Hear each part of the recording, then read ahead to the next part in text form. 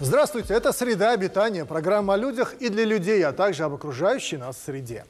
А витаминоз в той или иной степени такой диагноз можно поставить в преддверии весны почти каждому из смотрящих сейчас эту программу. Конечно, с передачей это вообще не связано, просто такова особенность нашей полосы. А с нынешним запоздалым гриппом и ОРВИ поддержать иммунитет в преддверии весны не помешало бы. Можно, конечно, таблетированных витаминов попить, но к химии люди относятся в последнее время как-то настороженно. А экзотические фрукты? В них-то витаминов много, наверное, но их срывают еще зелеными, не дав понежиться на солнце и поднабраться полезных свойств. Так что даже соки из них – это, скорее всего, просто вкусность. К тому же, нам говорят, лучше, как известно, питаться тем, что растет в нашей полосе и организму знакомо. Тогда, может, овощные соки? Их рекомендуют часто, но из-за неяркого вкуса они, в общем-то, как-то не очень популярны. А может быть и зря. Мы их так недооцениваем. Изображенный овощ на упаковке сока еще не означает, что внутри именно сок. Возможно, пакет содержит нектар или еще хуже, просто напиток. Производители делают ставку на то, что покупатель не будет вчитываться в мелко написанный шрифт, а поверит яркой картинке. Итак, что же внутри? Во всех пакетированных соках овощной концентрат и вода. Причем от количества концентрата зависит название. Меньше всего овощного содержимого в напитках до 15%, в нектарах 50%. И, наконец, так называемые 100% соки содержат того же концентрата, более половины от упаковки.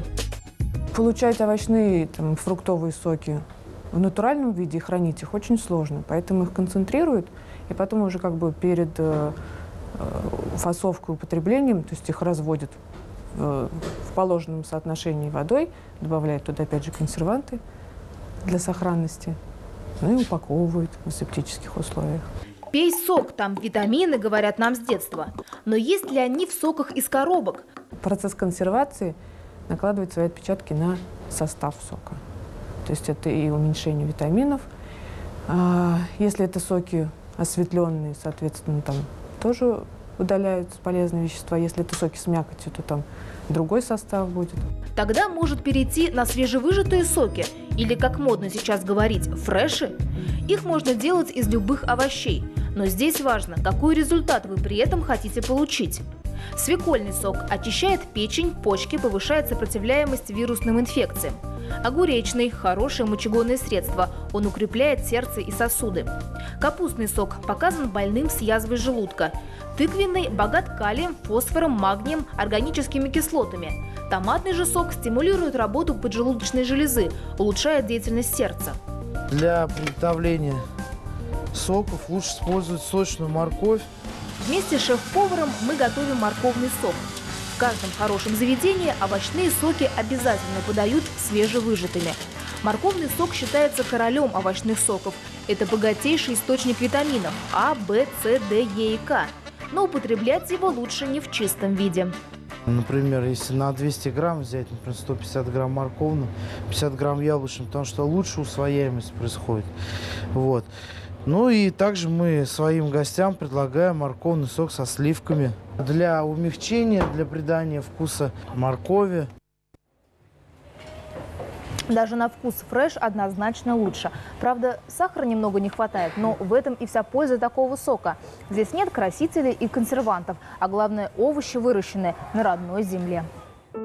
Подают такой сок сразу после приготовления, потому что уже через 20 минут его состав изменится.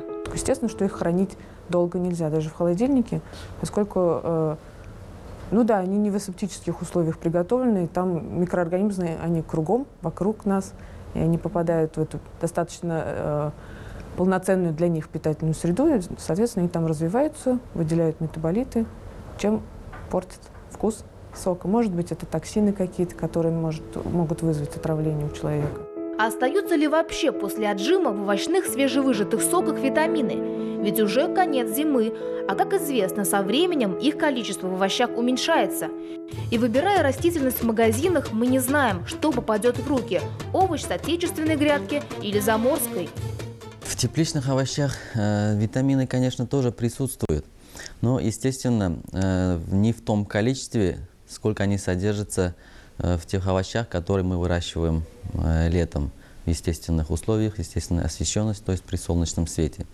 Хотя в теплицах сейчас овощные растения выращиваются при досвечивании, светокультуре, но все равно и освещенность, и содержание питательных элементов в субстратах бывает, что не хватает для полного обеспечения элементами питания овощных растений. И химический состав овощных растений, он зачастую бывает неполным, неполноценным. Специалисты также говорят, овощи и соки из них не одно и то же. Концентрат вот этих растворенных веществ, макро-, микроэлементов, тех же витаминов, если это овощи, в которых еще есть витамины, то вы получаете соком их быстрее. Но с другой стороны, с овощами вы получаете клетчатку, нерастворимые пектины, там тоже массу всяких полезных веществ, которые также будут влиять полезно на процесс пищеварения, на состояние зубов, на все, в общем. Так что же лучше пить? Соки из коробок или свежевыжатые? Лишние консерванты нам ни к чему. Свежевыжатые однозначно полезнее. И больше в них пользы будет, если урожай только что собрали. Ну а лучше всего, чтобы витамины сохранились, не подвергать овощи какой-либо обработке.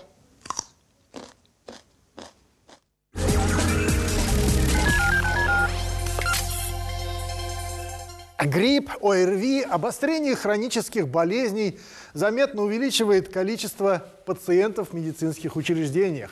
Люди лечатся, растет объем медицинских отходов, которые нужно куда-то девать. Вот, например, перешли на одноразовые шприцы, но использованные-то уже становятся потенциально опасны. Просто так их в мусорный контейнер не выбросить. А ведь подобных потенциально опасных медицинских отходов много. И попадание в мусор, а потом на свалку, контактировать с ними могут и люди, те же сортировщики, например, и животные, способные передать заразу по цепочке. Одним словом, их утилизация – дело важное и требующее грамотного подхода. Анализ кровь из пальчика для 5-летней девочки или мальчика звучит устрашающе. Процедура и для родителей, понятно, испытание непростое. Гораздо сложнее с детьми постарше. Их в кабинет на прививку отправляют без сопровождения. Еще лет 10 назад взрослые предостерегали детей. Обязательно проследить, не сэкономила ли медсестра на шприце, открыла ли новый инструмент, а не использовала одноразовый дважды. К тому, что одноразовый шприц после первого раза нужно выкидывать, медперсонал привык. Экономить на этом перестали. Раньше так было. Но с тех пор тема утилизации медицинских отходов приняла куда более грозные масштабы. Казалось бы, ничего особенного, шприц на дороге. Мы таких картин перевидали у своих подъездов. А тут всего-навсего мусоросборник одной из больниц.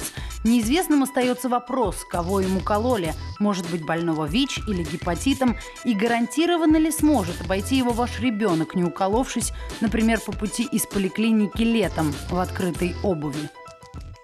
Вот эта ситуация с межкорпусными площадками, она абсолютно одинаковая во всех больницах. То есть никто не закрывает, никто нормально не выкидывает, не сортирует. Показанное на видео абсолютный беспредел, но люди в белых халатах привыкли, что им сходит с рук многое. Вот и мусор. Как сошел с рук, так и валяется, где попало. По Санпину подобный хаос недопустим. Чрезвычайно опасный инфекционный материал должен утилизироваться в специальном оборудовании, храниться в закрытых урнах и транспортироваться в герметичных пакетах. Да и вообще сортироваться по классам опасности. Распределение медицинских отходов похоже на распределение отходов бытовых в развитых странах. Это когда урн много и они разных цветов. Нам такое знакомо лишь по отдельным общественным местам. Бумага, несортируемые отходы, полиэтилен. Культура мусорособирания за рубежом не позволяет выкинуть, к примеру, никелевую батарейку и тетрапак-упаковку из-под сока в одну урну. Просто потому, что никелевая батарейка небезопасна для окружающей среды. Все медицинские отходы сплошь небезопасны для окружающих людей. И тут классификация сложнее. Класс А – это не опасные отходы, ну, это, например, неинфицированная бумага из кардиологического отделения. Класс Б – это опасные отходы, шприцы, бинты, контактирующие с больными, а также органы и ткани. Класс В – это особо опасные медицинские отходы, те же самые бинты и шприцы, контактирующие с больными особо опасными инфекциями. Класс Г – это, например, ртуть. Ну, класс Д – радиоактивные отходы. Все медицинские отходы, согласно закону, должны утилизироваться строго по правилам. Но у нас в стране до этого еще далеко. Сейчас я везу отход класс Б после дезинфекции. Дальше мы на пакеты одеваем стяжку, вот стянули, подписали и специальный контейнер. Медсестра одной из самых модернизированных казанских больниц по нашей просьбе показывают, как собирают и хранят опасные медицинские отходы, то есть органы, ткани и использованные инструменты. Но демонстрационная версия для экрана отснята. Мы проходим в предоперационное отделение и неожиданно заглядываем в первый попавшийся кабинет. Здесь правилам утилизации учат на ходу. И иголки отдельно.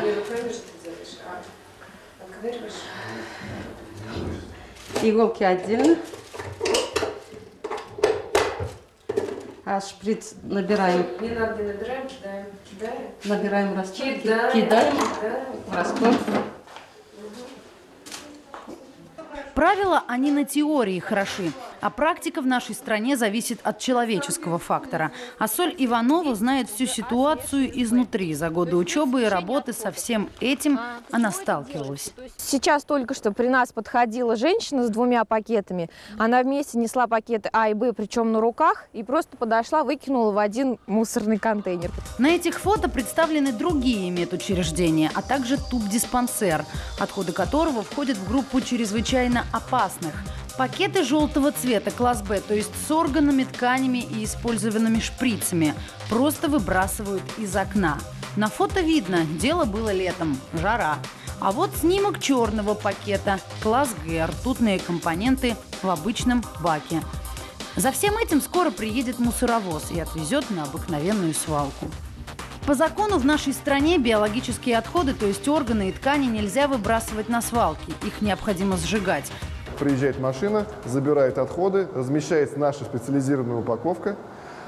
Отходы привозятся сюда, на наше предприятие, хранятся в определенном месте в холодильнике и в порядке очереди утилизируются. Оператор идет в холодильник, берет коробочку, печи горят, туда, грубо говоря, вставляет и зажигает. По сути, отслеживают ситуацию в этой сфере сразу несколько ведомств. А контролирующий орган Роспотребнадзор должен следить за тем, чтобы каждая больница свои отходы утилизировала в крематории. Здесь при температуре 1200 градусов убивается вся зараза. А перед сжиганием ткани, органы и прочие биологические отходы хранятся в холодильниках. Однако договоры заключены, тендеры выиграны, а 90% отходов вывозится на свалку. А смешанные с Б. То есть идет смешение отходов. Почему это делается? То есть если даже внутри лечебного учреждения отходы собираются правильно, то после того, как их собрали, их вывозят просто вместе с отходами ТБО. Почему их не различают? Потому что их вывезет одна машина на самом деле. Почему известно, мусоровоз увезет бытовые отходы за 1,5 рубля с килограмма, а за вывоз медицинских придется платить 50 рублей. Предположим, что отходов у больницы на 20 килограммов в день, а сжигают только 1 килограмм. И ведь все по правилам. Только куда могли подеваться оставшиеся килограммы? Может быть, здесь? Почему вот именно сюда ставят? Ну вот, кажется, привлекли внимание и зря побеспокоили завхоза больницы. По утилизации есть инструкция, есть классы А, класс Б, они все... У нас в основном классы А, мусор, классы Б, вот это самый конвейер. То есть... А вот я вижу черный пакет, это что за мусор? Класс Г? Нет, это класс А, это значит отходы... А почему в мешке Б? О, в смысле в контейнере Б? Знаете, сейчас уже все равно они одной машиной вывозятся, одним мусоровозом. На данном этапе, естественно, все происходит так, что в больницах составляют договора с организациями, занимающимися утилизации медотходов, но, как правило, никто особо не отслеживает, насколько они утилизируются. Молодые ученые Казанского технологического университета в подвальном помещении показывают нам свою научную разработку. Здесь медотходы не утилизируются, а перерабатываются. При сжигании шприцев на этом аппарате выбросов на порядок меньше, чем в крематории. Создатель оборудования увлеченно рассказывает, каким образом они этого достигли. Но для нас гораздо интереснее, что, например, из использованных шприцев получается тепловая энергия, на которой может работать котельная больница. Это разработка более дешевый конкурент с существующим японским аппаратом. У нас есть постановление правительства по Татарстану о том, что, в принципе, необходимо бы оснастить все больницы вот именно такими термическими нейтрализациями медицинских отходов. В принципе, этому вопросу в последнее время уделяется большее внимание. То есть все понимают актуальность этой проблемы, потому что периодически у нас возникают, сами знаете, различные очаги заболеваний, инфекций и прочего. Вот. Инновационная разработка была поддержана республиканскими властями. На этот год молодым ученым выделен 1 миллион рублей, чтобы начать воплощать проект в жизнь. Эта сумма, мягко говоря, небольшая. И дальше ребятам придется искать инвестора. Только вот мусор у нас в России не самый инвестиционно привлекательный сектор. Ситуация с выбросом инфицированных отходов, куда попало, похоже, многих устраивает. Сотрудники Роспотребнадзора, ответственные за контроль над произволом, готовы подтвердить это на цифрах. Но статистика делу не помеха. А сложившаяся ситуация с опасным мусором вроде даже выгодна. Например, коммунальщикам доход с клинического мусора не лишний. И больницы средства экономят. А на свалке всем места хватит. Просторы у нас огромные. Как-никак, самая большая страна в мире.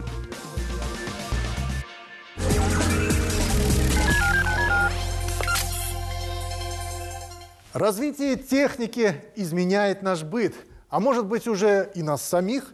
Человек может носить с собой весь свой архив с фотографиями и семейным видео, информацию о днях рождения, адресах и телефонах, любимые книги, музыку и фильмы на маленькой, вот такой вот карте памяти или носителях чуть побольше, типа флешки или жесткого диска.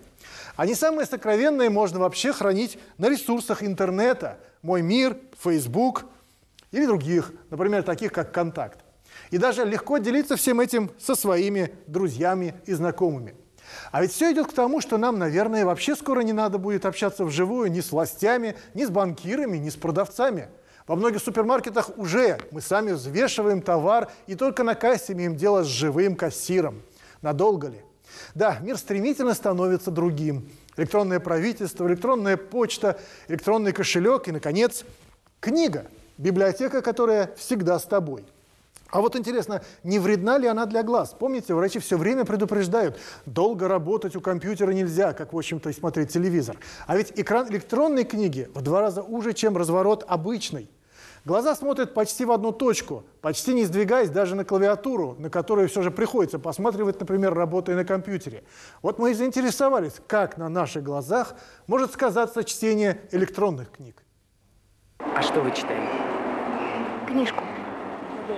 Интересно? Очень. А как называется?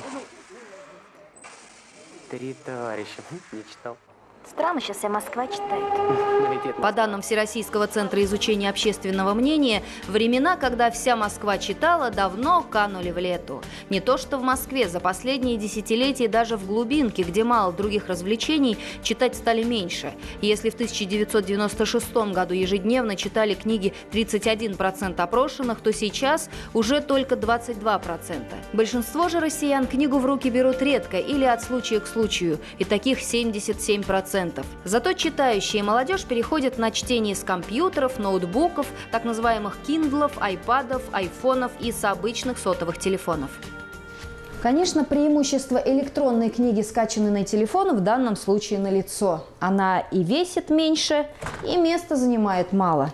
Но вот насколько она вредная или полезная для наших глаз, попробуем разобраться.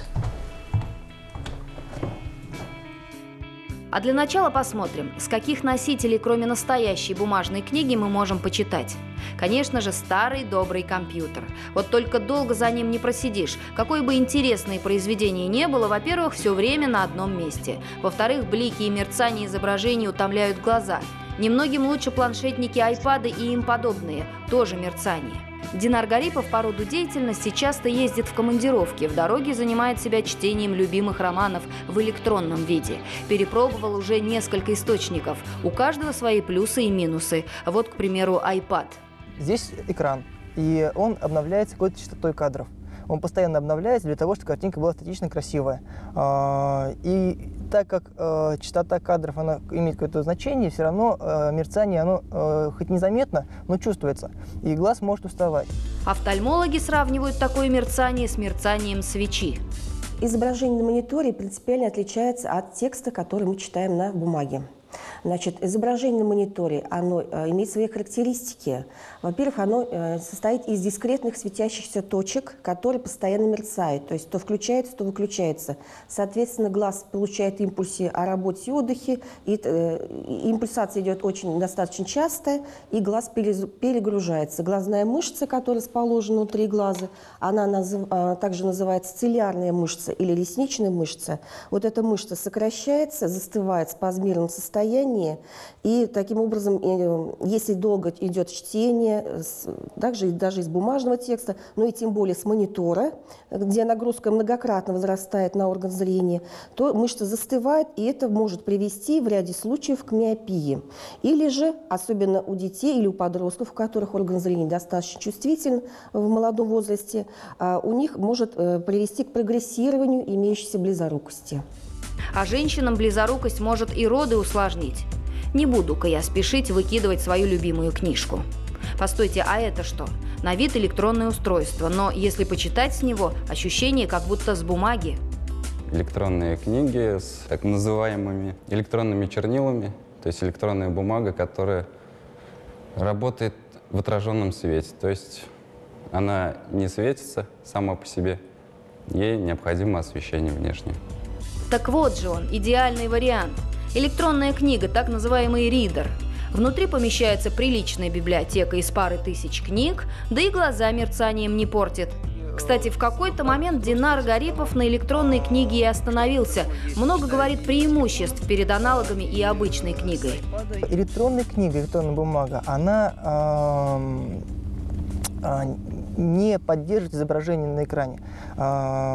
При помощи электроимпульсов просто меняется цвет пикселей. И затраты энергии только на смену картинки. На поддержание нет. Очень долго можно читать книгу без зарядки. Тоже iPad, допустим, можно читать день, телефон день, а это там неделю. С другой стороны, здесь в обозрении лишь одна страница. Да еще если экран мелкий, диапазон движения глаза совсем сужается. Не даст ли это эффект сухого глаза, как у программистов? На качество зрительной функции повлияет не сколько размер монитора, сколько в результате этого будет появляться более меньший размер символов, маленькие буквы, мелкий шрифт. Шрифт, конечно же, желательно устанавливать как можно больше, насколько это возможно. Соответственно, человеку автоматически отодвинет текст от глаз, то, что, к сожалению, наоборот, мы любим придвигать. Да?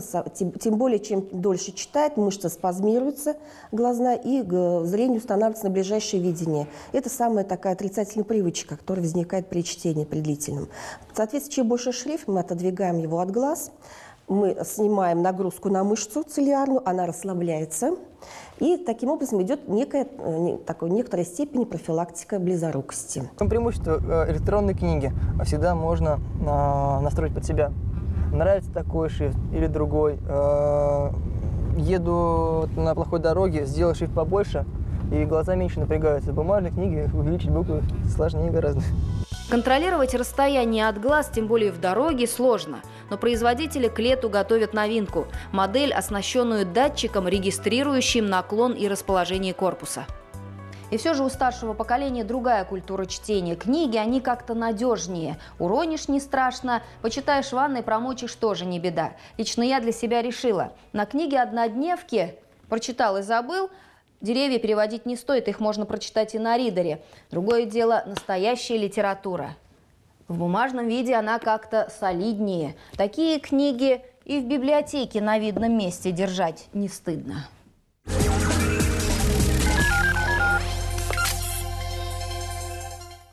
Электронные устройства упрощают наш быт. Для тех, кто, конечно, с ними на «ты».